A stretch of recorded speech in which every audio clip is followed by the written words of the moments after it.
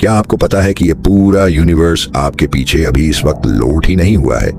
Imagine कीजिए एक ऐसी रियलिटी जहां आपका पास्ट, फिजिक्स के लॉज और लाइट की स्पीड सिर्फ एक कंप्यूटर कोड का हिस्सा है। आज इस वीडियो में हम रियलिटी की लेयर्स को पील करेंगे और देखेंगे कि कैसे क्वांटम फिजिक्स हमें कॉस्मिक सिमुलेशन की तरफ इशारा कर रही है। इसलिए अगले 60 सेकंड्स के लिए अपना दिमाग ओपन रखिए, क्योंकि हम डबल स्लिट एक्सपेरिमेंट से लेकर यूनिवर्स के सोर्स कोड तक सब कुछ डिकोड करने वाले हैं।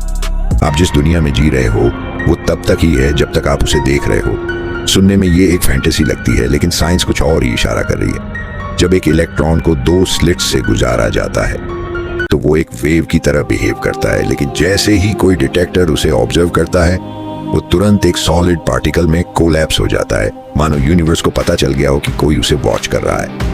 लेकिन कहानी यहाँ खत्म नहीं होती।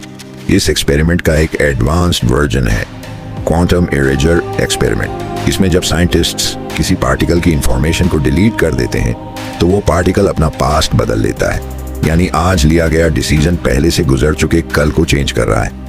ये बिल्कुल किसी हाई एंड कंप्यूटर गेम की तरह है, जहां डेटा ओवरराइट होते ही पुराना फ्रेम गायब हो जाता है। क्या टाइम सिर्फ एक मेंटल डिल्यूजन है? क्योंकि क्वांटम लेवल पर फ्यूचर के कमांड्स पास्ट को ट्रांसफॉर्म कर रहे हैं। अब एनालाइज कीजिए स्पीड ऑफ लाइट को। हमारे फिजिकल यूनिवर्स में कोई भी चीज 3 × 10⁸ मीटर पर सेकंड से फास्ट नहीं चल सकती। लेकिन क्यों? जैसे हर कंप्यूटर प्रोसेसर की एक मैक्सिमम लिमिट होती है, चाहे वो 2.4 गीगाहर्ट्ज हो या 4.0, वैसे ही स्पीड ऑफ लाइट हमारी सिमुलेशन की प्रोसेसिंग स्पीड है।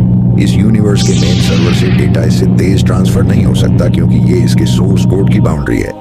और अगर आप डीपली ऑब्जर्व करें तो यूनिवर्स के हर कॉर्नर में एक अजीब सी रेडिएशन है जिसे कॉस्मिक माइक्रोवेव बैकग्राउंड कहते हैं। ये हमारे एग्जिस्टेंस का बैकग्राउंड वॉलपेपर है। जैसे किसी लो रेजोल्यूशन फोटो को ज्यादा जूम करने पर पिक्सल्स दिखने लगते हैं, वैसे ही डीप स्पेस की ये बैकग्राउंड नॉइज एक तरह की कॉस्मिक पिक्सेलेशन है।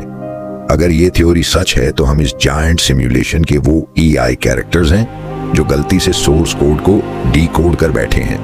लेकिन सबसे बड़ा माइंड बेंडिंग सवाल ये है कि अगर हम एक सिमुलेशन में हैं तो इस सिस्टम को कंट्रोल कौन कर रहा है, और क्या वो प्रोग्रामर्स अभी इसी सेकंड हमें मॉनिटर कर रहे हैं? आपकी इस बारे में क्या राय है, हमें कमेंट्स में जरूर बताइए।